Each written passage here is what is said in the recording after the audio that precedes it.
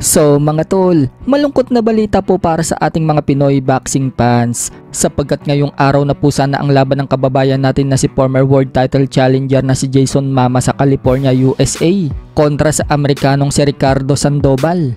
Subalit hindi na po matutuloy ang laban na yan matapos maglabas ng balita si Dan Rafael na off na umano ang laban ng dalawa bilang co-main event dahil nagpositibo daw si Jason Mama sa hepatitis C. So ibig sabihin mga tol, may sakit si Jason Mama kaya hindi na ito pinayagan na lumaban pa. Malungkot naman ang mga Pinoy fans sa balitang yan at sinabing magpagaling daw si Mama at para makabalik sa pagbaboxing. Ready pa naman sana si Jason Mama na lumaban na at nakapag-weigh in pa kahapon at nakuha ang tamang timbang. Subalit sa hindi inaasahan, na-detect na meron pala siyang sakit. Matatandaan, lumaban na po itong si Jason Mama sa world title sa Dubai kontra sa kampiyon noon na si Sunny Edwards. Natalo siya via unanimous decision.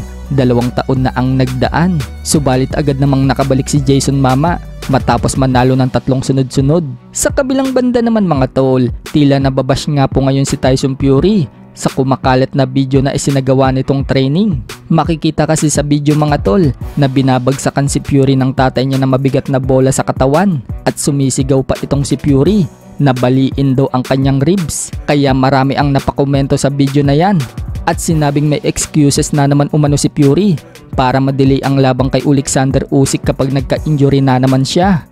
Matatandaan, ngayong February 17 na sana ang laban nila ni Usyk pero na-reschedule nga po yan sa March 18 matapos pumutok ang kilay ni Fury sa sparring dahil nasiko ito. Kaya may excuses na naman umano si Fury kapag nabalian naman daw ito ng ribs. Samantala, tila nababash nga din po si Ryan Garcia ngayon dahil sa April 20 na ang laban nila ni Devin Haney. Hindi umano ito nagseseryoso sa pagte-training. Imbis kasi na mag-ensayo na mabuti si Ryan Garcia, chicks umano ang inaatupag nito. Sa isang video nga mga tol, chicks po ang nagmi-meets kay Ryan Garcia at nakipagharutan pa ito sa babae. Bukod dyan, nito lang Valentine's Day, nagpost din si Garcia na kung ano daw ba ang meaning ng mga bulaklak na nakakalat sa sahig. Mahal daw ba siya o ayaw daw sa kanya?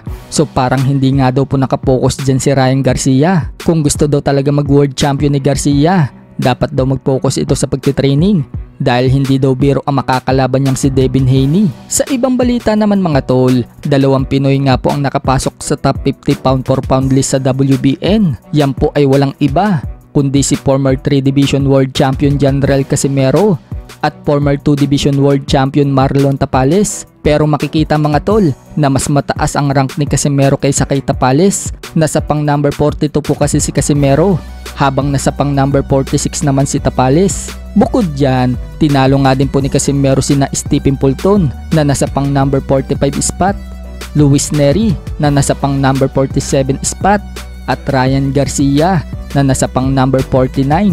So kaya siguro nakapasok pa rin itong si Casimero mga tol dahil isa itong former 3 Division World Champion at hindi pa natatalo sa loob na 6 na taon sa 10 laban niya mula 2018.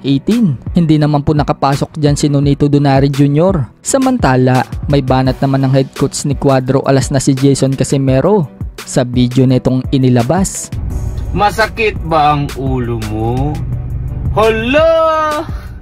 Baka bubu ka! Joke lang po! Geng geng!